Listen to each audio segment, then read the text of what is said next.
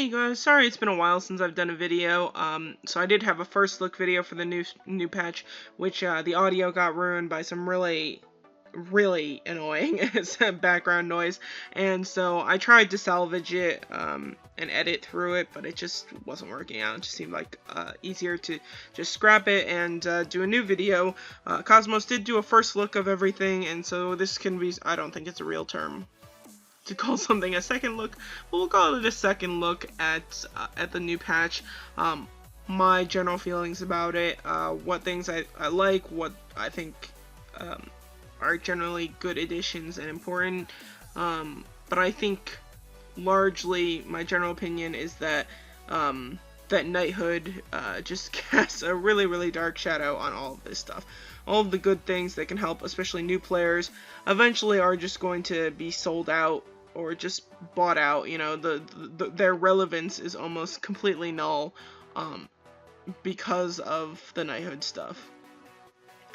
And so yeah, that's a little bit dark, but the reason why I haven't had a video out in the past few days is I really was having a bit of an existential crisis with Wartune, where I seriously thought maybe it's just time to stop.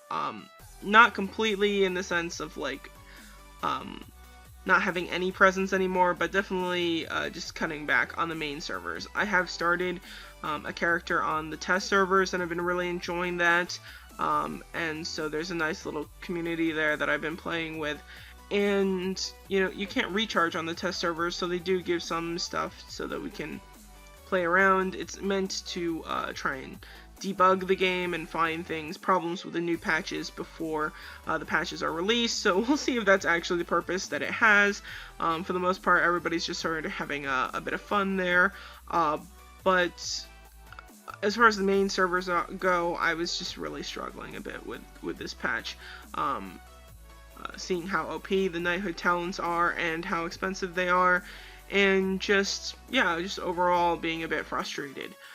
So we'll go over things that I like, my general frustrations, and basically just use this video to sort of outline some of the helpful things that are on the blog as well, because I do feel like sometimes the video audience misses out on some of the blog stuff, and I really do encourage you to go look at wartune.dollygames.com, because we do have some really nice info there, and I'm trying to lay out all the skills and talents and stuff there. So I think the best set of info for that type of stuff is going to be on the blog.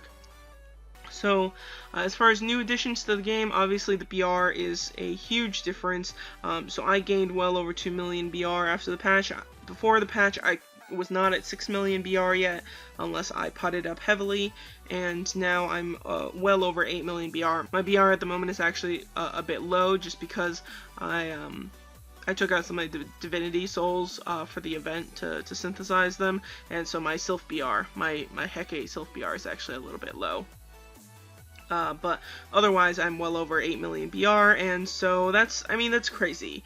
So I was joking around with Robin, saying, you know, what's the point of this inflated BR? And she says it's so that people can feel good about having big BRs and whatever. And she, of course, jested at me. Some people even do videos about, you know, hitting certain milestones. So yeah, I've done plenty of those videos showing myself hitting a certain BRs. But at this point, it's almost so pointless, because the big BR milestones, I hit them mostly just because the game inflates the BR. But the worst case, I actually think, was the time they inflated the BR before this, when like they changed the Udemon HP calculation to be so ridiculous, and so HP now just gives tons of BR. You know, I think they maybe made too big of a deal out of the resistances and the intensity and tenacity, like gave too big of numbers for them. So like, if I take out a wind crystal, which I don't have any dimensions for, that's a change. So nothing too crazy, but it, you know, tens of thousands of BR. If I take a dark one out, which I have a lot of dimensions for, I have 2 expert dimensions going for dark, that drops a lot. And so yeah, there's a big difference. So yeah, like so here I have my dimensions going, nothing too crazy at the moment, but yeah, so every single level that you gain in your dimensions is going to change your BR, unless you don't have any crystals for the earlier levels. But anyway. So you're gonna get an update every level. Some of my guildies really don't appreciate that, but resistances are now part of your BR. I will try in the future and adjust these crystals and move them around to try and calculate how much BR every single one of them gives, and try and figure that out. As far as how intensity and tenacity contribute to your BR, I'm not totally sure how I can calculate that accurately. I'm probably going to have to wait until I update one of my tenacity levels. So if you guys have info each time that you are about to increase your tenacity, your fate, if you can take a picture of your stats beforehand, and then your stats and your BR, and then upgrade the level of your tenacity, and then take another picture and show them side by side, email me at elia@doligames.com, and just put something that's makes it very obvious what you're sending me, and I can take a look at those and hopefully build up enough information that I can sort of determine how much BR each of these give, so we can have a nice little reference article on the blog. So that would be great. Get the whole community sort of contributing to figuring all this stuff out. So you can take a quick look at the patch notes. So we went over the BRs. We'll go look in Wilds at the archaeology stuff. Class advancement we'll go over last. That's so irritating to me. The Homestead system I think is sort of neutral for me. You know, I think it's sort of funny that you can start a bonfire in the middle of your home. The arrangement, you know, I haven't really gone after this stuff. You can very purposefully try and get all of this stuff to decorate your home. I haven't done it, but I'll show that stuff when we get to the archaeology bit. And what else? City buildings have been revamped. And so the city actually, I mean, it looks good graphics wise. It's standard or better than before. So this is the sort of marriage area. But it's spread out quite a bit. So this is actually, I mean, it's a bit more of a track to get everywhere, which I don't particularly like. Like, getting over to the Sylph stuff is quite a haul. What's really curious is this area, which has no NPCs whatsoever, so I don't even know what it is. Like, I don't know if it's supposed to be a battle area eventually. The only reason to come over here are for these flowers for the circuit quest, but then there's like some train tracks over here. But I'm flying over here. Like, if you're on a normal mount, I think you can only make it over to this area. So I don't know what this is. It looks sort of cool and dark and mysterious, but I don't know what it is. So there's that, and so yeah, that's fine. It's not a terrible addition. I know they're trying to make the game look better. I think it's just a little too spread out. Just navigation-wise, a little annoying. And then on the other hand, they expanded Cloud City, and then they contracted or just made the Wilds much smaller, which I like a lot. You know, before Wilds was so big, it was so annoying, it's hard to find everything or whatever. And I thought, you know, if they're gonna do this archaeology thing with the old map, and it's so big, and you'd have to travel really far in order to get each of your new digs, it would be really annoying. But this is actually not that annoying. Farthest you're gonna have to travel is like for, you know, a few seconds or so, and this is actually pretty far away. Sometimes you hardly have to move for one of your digs, but it's very easy to find everything. Sometimes you can actually accidentally bump into one of these bosses, but everything's really close together. Of course, this is sort of bad if you're trying to hide from somebody trying to plunder you, but in general, it's just not a bad addition in my opinion. Archaeology, you can get through this, you know, if you're not talking on YouTube and not distracted doing something else, you can actually get through this archaeology stuff within a few minutes. I really don't think it takes long to do these, to do the 30 digs. You don't have to fight anything, so, you know, even though obviously the point of the game is combative, it's, you know, PvP and stuff, it's sort of nice to just have something that is straightforward, you get through it, and think of it sort of as weekly rewards. So it is possible to get certain things daily, but in general, I mean, you have to collect enough of these shards. So it says Star Sand X 154, but it actually means Star Sand Experience or shards or whatever. It's not the actual item itself. But yeah, so some of these are adding up. So for the decorate stuff, I mean, you just sort of save it. For the appearance things, you also just save these, and eventually you can gather up enough stuff that you can get some of these handbook items. So I don't have a lot yet. Let me see if I can find something that I have. Okay, so I have level 40 epic weapon shards 2, and there's a rosewood coffee table that I have 1/3 of the items that I need. So then the swamp wolf morph card, I have to go to fetid swamp. There it says fetid swamp. In order to get that. But if I did get that, and then I went to Deathly Sands to get the Fang of Fears. The Fang of Fears are actually very easy to get in Deathly Sands. I find the drops for them are pretty good. But if I got both of those, I could get one of these coffee tables for my home, and I would get some Mystery Runestones, Star Sand, and Cryptokens. Not Cryptokens, sorry, nickels. Which this is a little weird, because I think the maximum number of nickels that you can have is 999, unless they finally fix that. But I think this is above the nickel cap, so you're probably not going to actually get 1,000 nickels if it's still the way it used to be. But anyway, so these are actually things that I would probably not bother with. Like, I'm not going to go over to Fetid Swamp just to get this morph card for a coffee table. These rewards aren't good enough. But some of these things, if you're really, really in the mood to make someone happy, you can go after these roses and go to these areas for them. So here's the much more attractive one. Somebody who really cares about beast souls. You know, if you don't have beast souls, that should be your priority. Or at least, I mean, if you are not done with all of the mounts in Mount Shop, beast souls should be your priority. So you would go after these mount hooves in Deathly Sands. The epic necklace shards you get in Auteric Plains. So you have to go to different areas in order to get all this stuff. And the helmet stuff is in Arendelle. So these are actually really pretty nice. So you can take two approaches to Wilds, one of which is just going around and trying to get the items that you want, or the resources. So like Beast Souls you can get anywhere, but it takes a lot of progress to get there. It's pretty difficult to get. So these are entire maps, but you can choose which map you go through depending on which items you want. So here, there's a chance in Auteric for Bound Balins, so that's very appealing. People should definitely consider this one. Auteric, I actually think, is a pretty good area. There's a chance at... So in Auteric, there's a chance at the expert coordinates. So the violet flames are actually pretty hard to get, but a lot of people do have blue gear at this point, so violet ones are relatively appealing, but the expert coordinate chests, the Bound Balins, are pretty good. So definitely consider that area.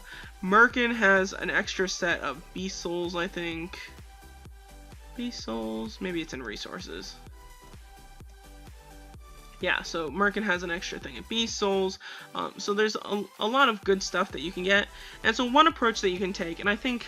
So Cosmos did a blog post on this, sort of just going over what things you can get from each area. So picking a good area to sift through and do your archaeology is important.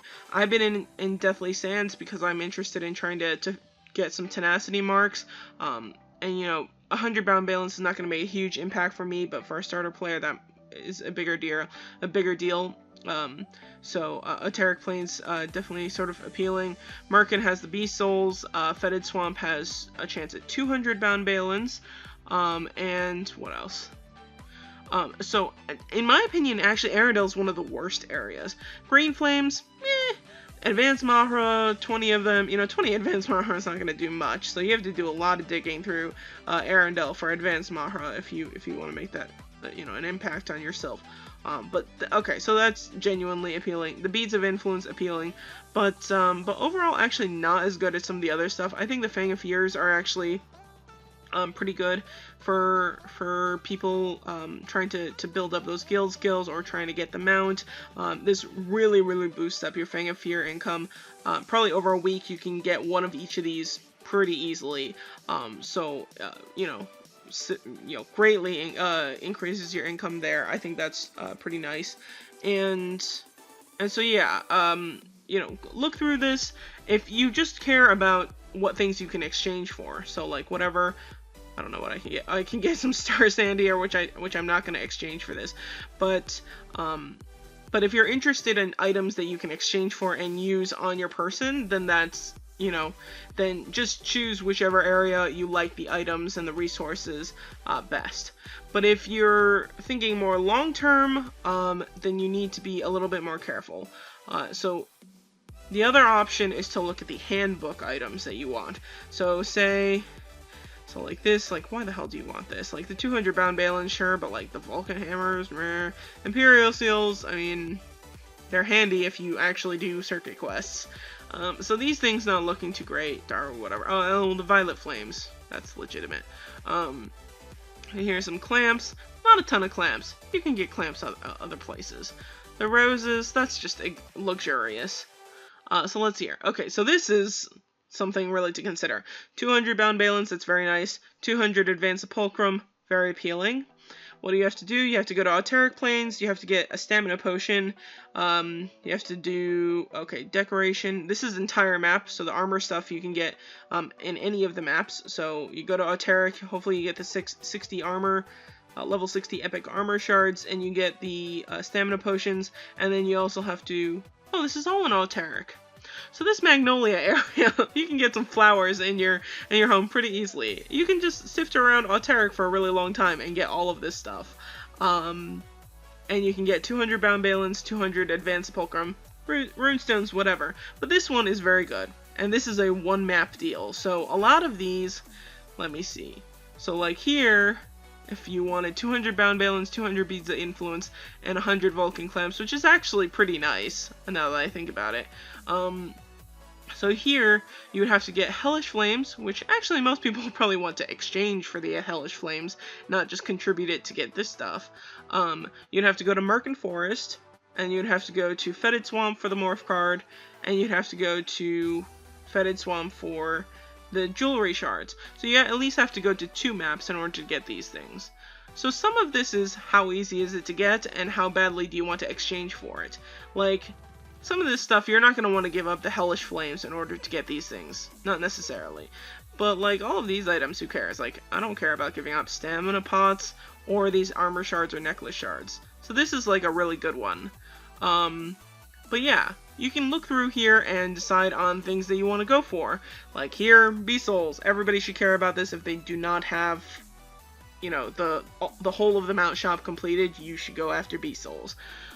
This one really appealing for me because yes, I want tenacity marks, and yes, I want Hellish Flames. Here though, I have to go to Fetid Swamp. This is entire map, and this is an entire map. I have never seen test server or this server seen the blue flames, but this is also a one map thing. So, so Fetid Swamp looking pretty good for this stuff, even though I don't think any of these exchange items I want in Fetid. Okay, so I like this one, but I have a lot of advanced sepulchrum, so I think Auteric Plains, really good bet for this Magnolia. And I'm not going to go through every single one of these, but I just think that you guys should look for this stuff, so go through this. There's 20 pages of these rewards. Go look at what you want and what's important to you, and see if you can do it all within one map, because that's definitely helpful, because then you can just focus on one map instead of having to hop around. So here, Mystery Deathly Sands, Arendelle. So this is a two map deal for those Beast Souls.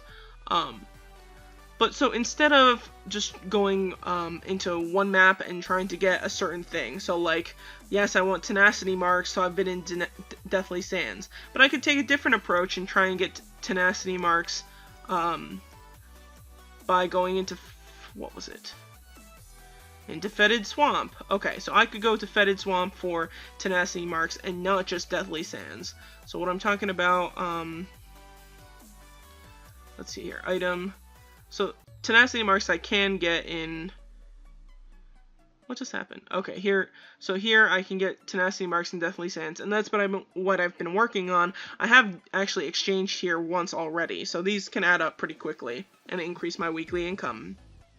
Which tenacity marks are a pain to get. If I am good enough about my PvP points, I can get 30 a week plus the wheel. But yeah, it would be nice to have a bigger free income. So that's actually, I mean, pretty nice. But there are other ways to get these items. So look through the handbook and see which ones of these, which of these are very appealing to you. Let's see here. I skim through 4 expert dimensions. Hello. And these are all things that I would not mind exchanging for some Merkin Forest, Auteric Plains, and Tire Map. So, so this is a 2-map area, but those for 4 expert coordinate chests, that seems pretty nice. More tenacity marks. So pretty much like anywhere you go, you can get pretty much any of these items. So, you know, don't exchange willy-nilly. If it's something that you don't want, like pretty much all this decoration stuff, or not pretty much, all of this decoration stuff, I have no interest in it. Like, what am I gonna do with 60 epic armor shards? Just save it. Just leave it there. It's gonna be annoying that, like, this thing has a little pop-up with a number. Just leave it alone, and it will contribute somehow to one of these handbook items. I don't know what, but there's lots of stuff here. So yeah, and the first person who can completely decorate their home with every single one of these items, you get a gold star. So that will be terrifying and maybe beautiful. So yeah, if you guys have really, really nice homes yet, or items for your home, let me know, or take a picture and show it to Totally Games, because I will be really, really impressed. And yeah, but otherwise, I think that the Archaeology edition is actually very good.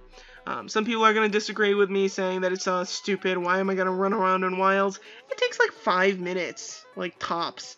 Okay, not tops, but like 5 to 10 minutes if you're really, you know, hustling.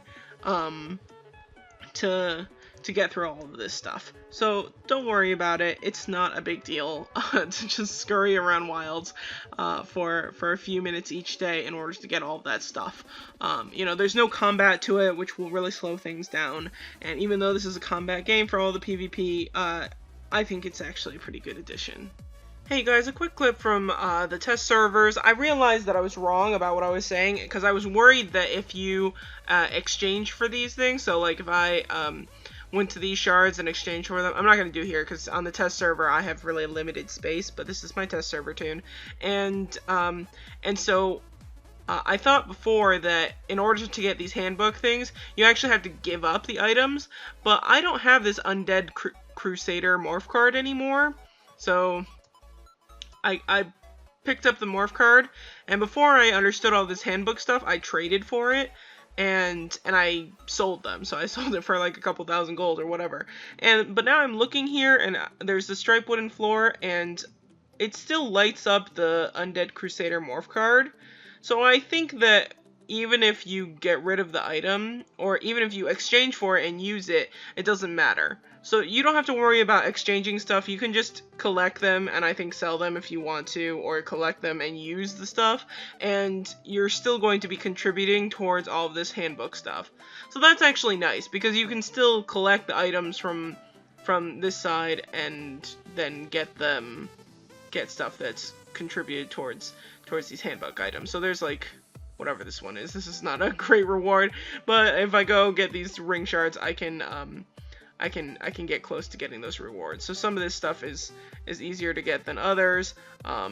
But yeah, so I'm getting close on the test servers to some of these items, but I've done more of these things, or done more of the archaeology stuff on the test server, because we've had the patch here longer.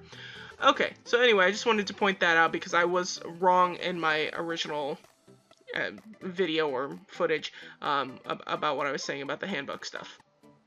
What else? Okay, and so Flying Rabbit, 0 approval on my part. I haven't seen the skills, I haven't seen really anything. I saw it in action on the test servers once, but I couldn't get a picture of it. It was in a duel or like a solo arena type of thing, but it looks sort of clownish. It looks like an Easter nightmare, like somebody like went into a little girl's room and like grabbed like the ugliest Easter bunny off of her top shelf and was like, let's make a U-demon out of it. And I just find it horrifying. I don't like clowns. I don't like dollish type things that are animated. Like I've never made it through more than 30 seconds of Chucky. So no, it's just 0% approval on Alia's part. I don't really care what it does or how OP it could be. I don't care. I will get it for the sake of getting it. But I am not running around with that ugly ass thing. It's just 0 approval on my part. Do not like it. What else? Last is the Knighthood. And the Knighthood stuff, it's just, there was no way I was gonna like this. Like, anything that cost this many Balins to do whatever or be OP is just not on my list of things that I appreciate in the game. I've been over this before, but to my horror, the requirements for Knighthood are insane. And then, like, it only gets worse as far as the cost go. Like, it's bad enough that these talents, like, pretty much everybody I've talked to just sees this as unattainable if they're not, like, a huge casher on my server. Like, even Robin's like, what the hell? And she's, you know, she has a relatively big toon, but it's just out of her budget to get this quickly, so it's really slow going. There are some exchanges to get advanced henna, but these type of tattoo requirements are just ridiculous. So, like, for the arcane tech, for each of the classes, they have different names. But for mages, it's Arcane Tech, which is the offensive one, and Restoration, which is the healing one. But, so for Arcane Tech, I need 8,000 intel, 2,000 defense, and 2,000 endurance. And then so in total, it's 12,000, positive tattoo stats. And then, for the Restoration side, it's also plus 12,000, but it's spread out differently. So 4,000 in defense, intel, and endurance. But in order to switch between the two, you need to meet the requirements for each. So really, in order to have, you know, to meet the requirements of both, you need 8,000 intel and then 4,000 defense and 4,000 endurance. So that's plus 16,000 stats. That's a lot of tattoos. So for the bare minimum, I think I said it was like 40k. So for 40,000 advanced henna. And then for regular henna, it would be something like 240,000 regular henna. And if you want to meet both requirements with regular henna, it would be like 320,000. So that's crazy, right? It's like, nobody has that quantity of henna. Unless you cash. So, you know, I got a huge amount of henna from making Freya. So there was a big spender event during that. They gave a ton of henna. But that was the most I had cashed in months. You know, maybe even ever in one sitting. For sure, the most I'd ever spent in a day, and maybe the most I'd spent in a week, as far as Balins go. And I probably only met like a third of the requirement for the henna. Now I'm more than a third there, but I had some leftover henna from that, and some henna from, I think, exchanging or something. I did something where I got a lot of henna. But even then, I'm not there yet.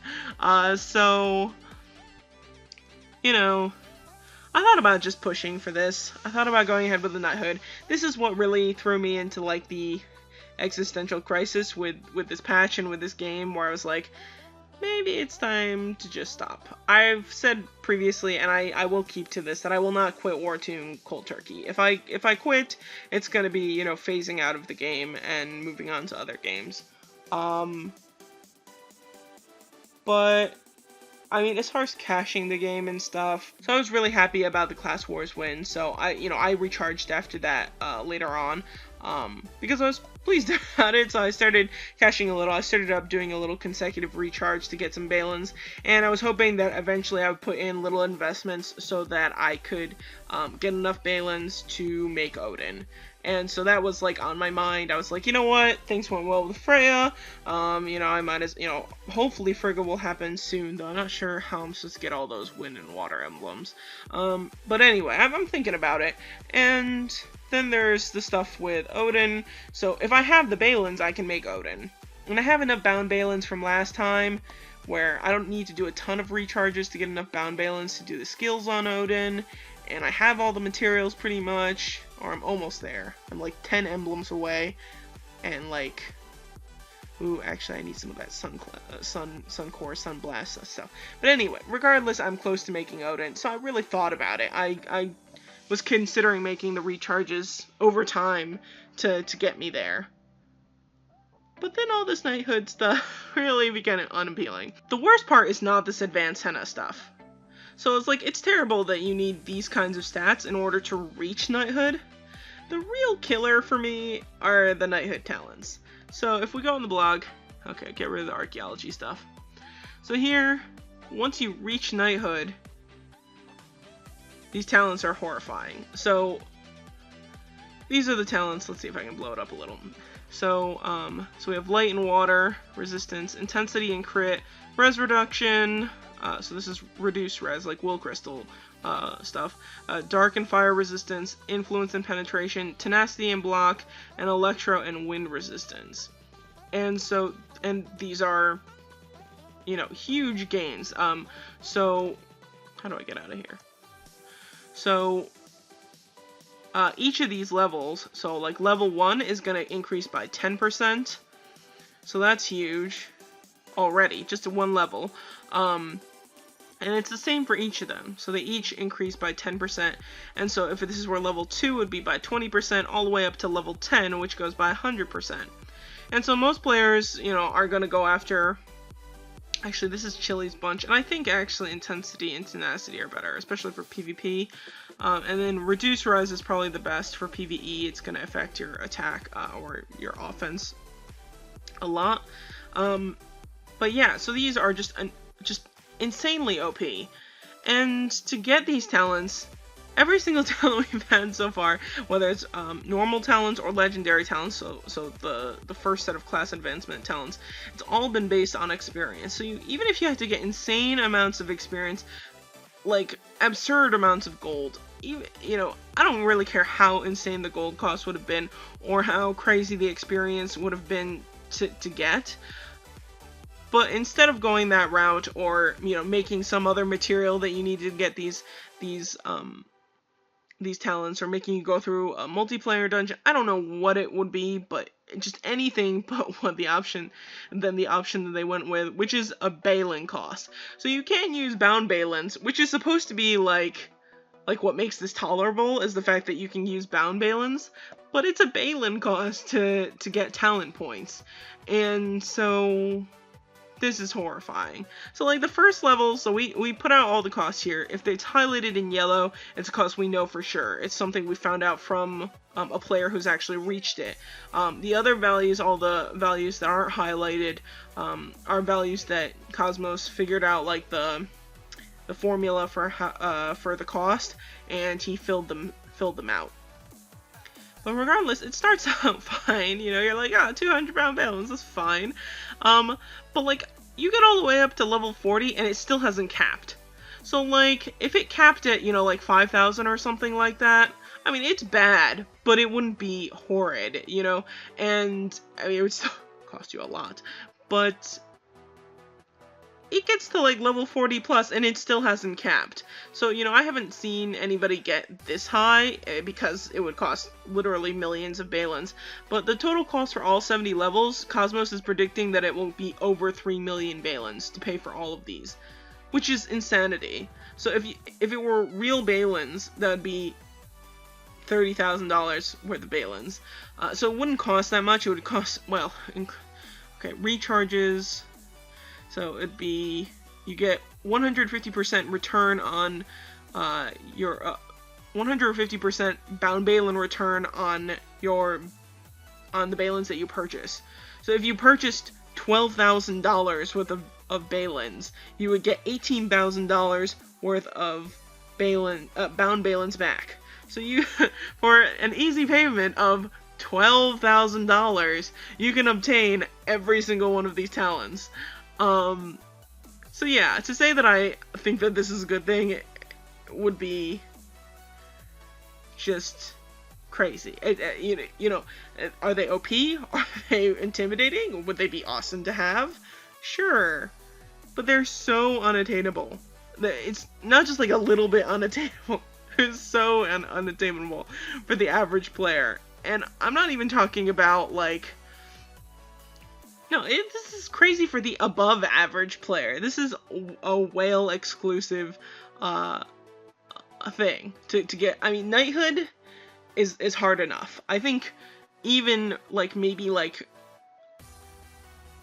reasonably big cashers but not whales will get Knighthood within a few months. And everybody else might be able to get the advanced henna within like 6 months or something like that. Maybe we'll start to see the cost or like the obtainability of all those items become easier. I'm not saying Knighthood is impossible for everybody. But the talents, once you get there, the average player is gonna be able to get. Cosmos has saved up some insane number of bound Balins for a not completely free player, but a relatively low cash tune, and he would maybe make it to to not very far, like 15 levels or something like that. So yeah, this is just too much for me. It's like, I don't really know where I'm gonna go with this. I don't approve at all. So right now I'm just not buying in. So, I don't blame people who go after this stuff. I think everybody has the right to, be competitive in a game that they enjoy and whatever. But I do blame the game for putting in something so incredibly imbalanced. Like, the Knighted players should have a relatively big advantage, but somebody else should be able to work toward them in like a normal way that doesn't involve cashing insane amounts of Balins in order to reach what's basically a new level, right? So like when you hit class advancement is leveling.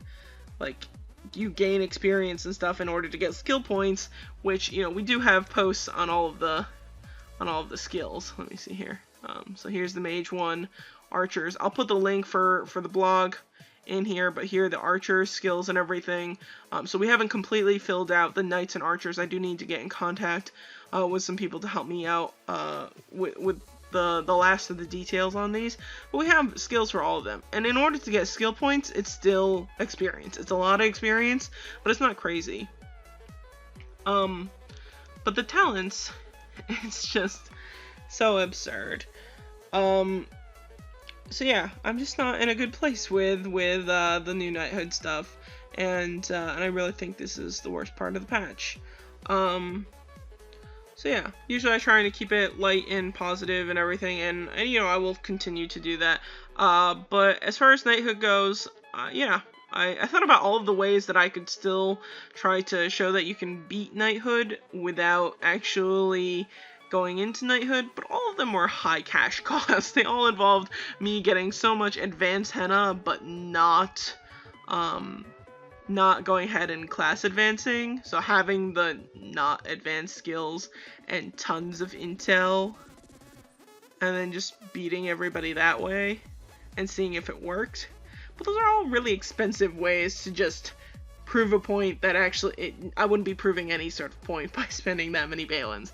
So yeah, I had a bunch of really evil thoughts about what I could do here, and I didn't go through with any of them. But yeah, so some positive, some negative to the new patch. I think Knighthood, it just sort of consumes all of the like icky feelings I have about Wartune lately.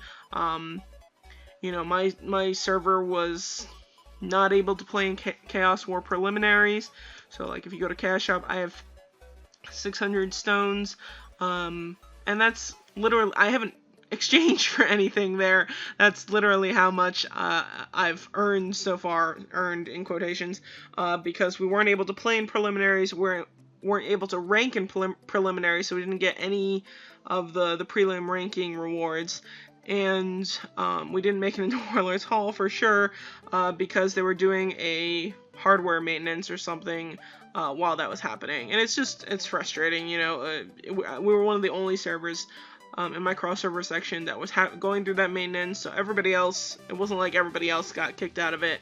And so far they haven't comped us for missing Chaos War. You guys have seen the posts. I've talked about how they banned me back in December for stuff I didn't do, and then I missed Titan War when they did that, and they said they would compensate me. I did send in a ticket and everything. They said they would compensate me. They never sent the compensation. So there's just been a lot with Wartune. Obviously I was very happy about Class Wars, but and so I did, consider cashing up a bit, and I started to a little bit. I recharged a little, but overall, things are adding up a little bit too much in a way that I don't really like. So yeah, I mean, I do need to at some point move on to other games, and so yeah, I'm not gonna give up Wartune completely. Definitely will always try and update you guys and stuff, but it's just a bit too much for me right now as far as just what they're trying to do to the game, which is basically make it a cash cow for them. And you know, these editions, this Knighthood stuff and whatever, I don't know if tattoos are in the Chinese version, but for sure Knighthood is not part of the Chinese version of Wartune. They don't inflate the BRs in the Chinese version the way they do. Like an 8 million BR tune in the Chinese version can just, like, you know, drop a hat and kill me with no problem whatsoever. I think it's the American versions, or, like, you know, whoever's running the show on the English version of Wartune is just getting way too greedy. And I think it's doing bad things to the game. So, you know, a little bit of outrage I think is important, especially out of the top players. You know, some people are going to buy in, but a lot of them are just going to stop cashing because they're frustrated. And players who, you know, have much smaller budgets should still get upset about this stuff and try and convince the game to lower their prices and to change their policy on what you need to get all of this stuff. So yeah. Anyway, so I think that's about it for the new patch. You know, you guys have seen it so far if you've been on, and so I think that's about it for me. I think we covered all of it for the most part. I really don't like that rabbit. Oh, and you know, the crossover guild battle, that's just like one more thing that they messed up. So they changed the times, but this week Chaos War overlaps with crossover guild battle, which they've switched to Saturdays, but they didn't switch the Chaos War days this week yet. So Chaos War is still Thursday, Saturday. Now crossover guild battle is Saturday, so they're saying basically, you know, just pick one. So that's how it's gonna go. But anyway, I hope you guys have been enjoying the good parts of the patch. You know, most people can't reach Knighthood, so I think actually if it's just so totally unattainable.